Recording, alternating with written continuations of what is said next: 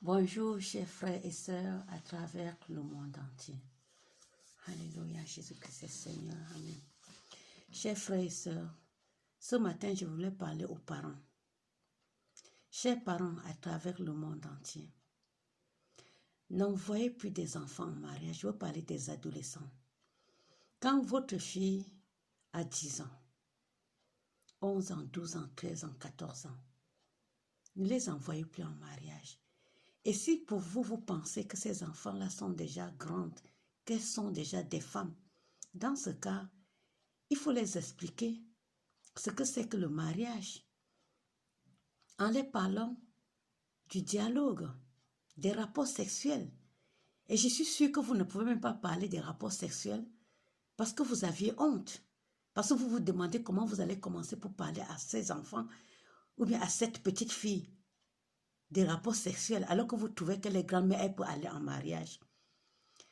Si je parle de ces choses ce matin, chers sœurs et frères à travers le monde entier, c'est parce que je suis une maman que par la grâce de Dieu, Dieu me permet toujours de rencontrer beaucoup de jeunes femmes et de jeunes filles qui viennent d'arriver et même qui sont mariées, qui passent toujours me voir pour me poser des problèmes et pour pouvoir avoir des conseils. Et ce que j'ai rencontré dernièrement, vraiment, c'était plusieurs cas, mais pour cette jeune dame, m'a beaucoup attristée. Cette dame, c'est notre fille, c'est notre enfant, c'est notre petite sœur, c'est notre amie. Une jeune fille qui s'est mariée, cette dame s'est mariée à l'âge de 14 ans. Aujourd'hui où je parle, elle a 34 ans. Son mari l'a mise dehors. Tout simplement parce que le gars dit qu'il ne se sent plus à l'aise avec sa femme. Tellement c'est toujours des problèmes. Et qu'il a décidé maintenant, il s'est décidé d'aller se marier en Afrique. Parce qu'ici en Europe, la polygamie n'est pas encore légalisée. Donc ce qui fait qu'il ne peut pas faire entrer une deuxième femme. D'alors, le divorce est en cours. Et il va aller en Afrique, épouser la deuxième femme, qui ce sera le second Mungu. Parce que je suis sûre qu'en Afrique, il ne pourra pas expliquer aux parents de la première femme ce qui s'est passé. Chers parents dans le monde entier, à travers le monde entier, cette dame dont je parle aujourd'hui de 34 ans, elle porte des couches. Même sa petite fille de 3 ans ne porte pas des couches comme la maman. La maman, si elle change des couches, minimum, ça doit être au moins 8 fois par jour.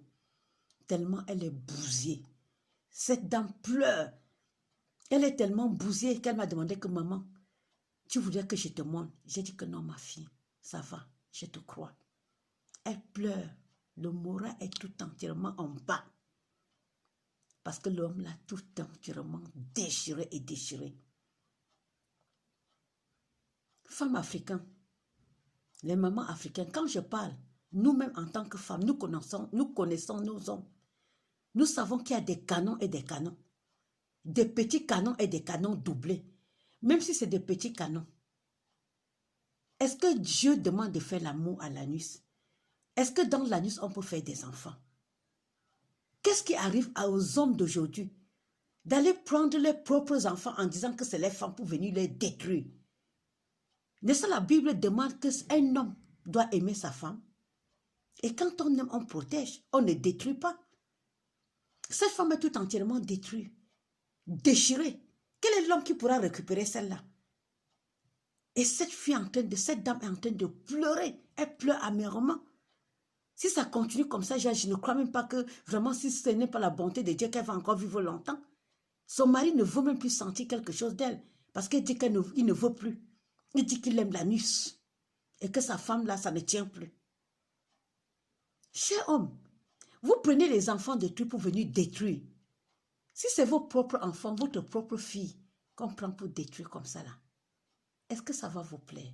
Si c'était votre soeur, si vous vous êtes décidé que c'est toujours dans le caca, là où Dieu a interdit que vous allez tous décider de coucher dans les trous de caca, dans ce cas, il faut aller chercher, il y a des PD professionnels.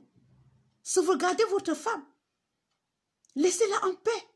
Au moins qu'elle puisse élever ces enfants-là que vous avez mis dans leurs mains, que vous avez fait avec la femme.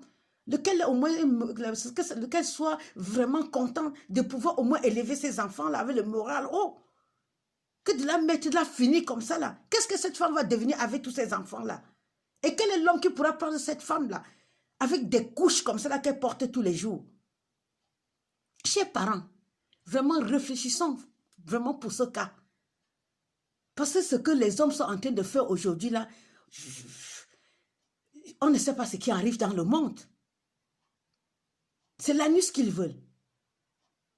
N'envoyez plus des enfants au mariage à l'âge de 10 ans, 11 ans, 14 ans, même 15 ans. Laissez les enfants grandir. Allez à l'école. Ou bien apprendre un métier jusqu'à ce qu'ils atteignent vraiment l'âge d'une femme. Quand on prend les enfants tout jeunes comme ça à l'âge de 10 ans, 14 ans, qui ne savent même pas dire non, même si elles ont mal. Elles ne peuvent même pas fuir. Et cette femme continuait toujours à supporter. Si c'était que le mari n'avait pas décidé de la mettre dehors, elle ne devait pas partager le chagrin qu'elle vit dans son foyer depuis quand son mari l'a pris de l'Afrique pour l'Europe. Et s'il vous plaît, elle s'est mariée à 14 ans, donc son mari c'est le premier homme qui l'a déviergé et tout. Et là maintenant elle est à la poubelle. Chers frères, si c'est votre soeur, vous serez content. Si c'est votre propre enfant. Mes chères soeurs qui vous me suivez maintenant dans cette vidéo, qu'on ne vous trompe pas. Arrêtez. Si un homme veut vous prendre à la nuit, refusez. Parce que quand ça dépend des canons. Et quand il va vous détruire tout là, il va vous jeter. Et qui va vous récupérer? Je pose la question à quel homme là maintenant, quel homme va venir prendre cette femme qui est déchirée? De celle qu'il faut prier d'autres couches et enfoncer avant de mettre d'autres couches pour pouvoir sortir, pour s'habiller. Donc arrêtez. Arrêtez le spectacle. Arrêtez ce genre d'amour satanique. Ça, ce n'est même pas l'amour. Quand on aime, on protège. Quel est ce cesse brutal? Pardon, parents. Réfléchissons concernant ce cas. N'envoyons plus les enfants en mariage quand les enfants ne savent même pas vraiment faire les toilettes. Quand les enfants ne peuvent même pas dialoguer, connaître certaines décisions, à dire non, que mon mari, tu me fais mal. Que quand ça ne va pas, il faut dire à l'enfant, fuis. Elle est venue me voir parce qu'elle ne sait plus où aller. Il faut qu'elle double des cotons pour enfoncer dans l'anus avant de mettre les couches. Donc comprenez la gravité, mes sœurs et mes frères à travers le monde entier. Et considérez vos femmes, aimez vos femmes, ne les détruisez pas.